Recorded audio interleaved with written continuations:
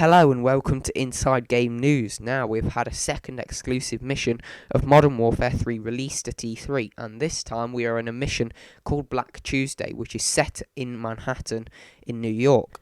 And like you were in the previous gameplay, you are part of the Delta Force. Now, after you climb out of the debris at the start of the mission, you get your gun, which is an M4A1. Now, interestingly, this gun has a red dot sight as well as an ACOG scope.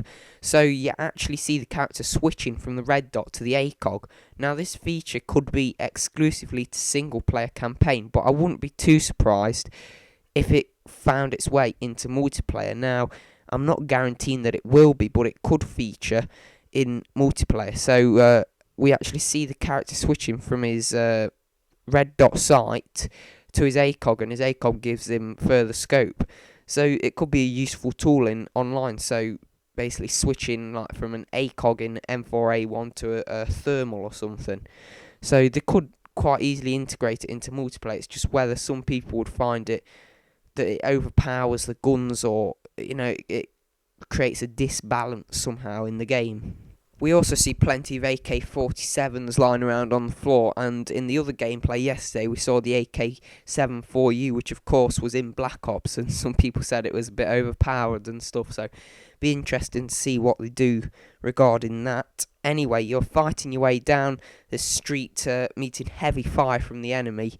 Then an armoured jeep comes rushing through the middle with a mounted machine gun and nearly mows down you and all your allies. But you get your gun out, kill him, and then you rendezvous with your teammates and begin to fight your way up towards the stock exchange. And on your way, you see plenty of attack helicopters and Harriers, armoured jeeps, all the normal firing explosions, RPGs exploding everywhere. Now you begin to flank the enemy down the side, and you go through a set of buildings which are all pretty weakly guarded, just a couple of enemy in each room. Just a note again, you're following Sandman, but you also play with a character called Truck and Grinch.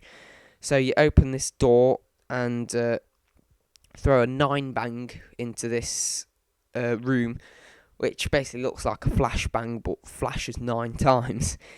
All this time we see a lot of AK-47s and P90s on the floor, but we also see a Spaz 12, so all of which may or not feature in multiplayer.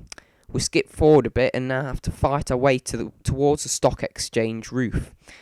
Possibly, most interestingly of all, we see something, his secondary weapon looks a bit like a thumper, but it has a scope. Now when he fires it, you see the tanks and jeeps blow up earlier, but this time when he's on the roof, he fires it at this TV satellite dish, and it explodes and killing the enemy surrounding it. And it doesn't look like it's not like a target what you have to explode. So it's just like a generic object on the roof. Now this could be interesting, being as it's not like a default explosion or anything. Is just targeted this satellite dish and it's blown up. So could be showing destructible environments. Whether it's going to be in multiplayer or not is a different thing, but at least minimal destructive environment will be in single player.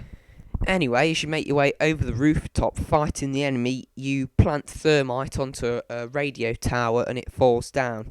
You then use a Reaper, a Reaper drone, which looks similar to a Predator missile in Modern Warfare 2, basically does the same thing. We could again find that in the multiplayer. Nothing's confirmed any of this, just taking what we've seen from the video.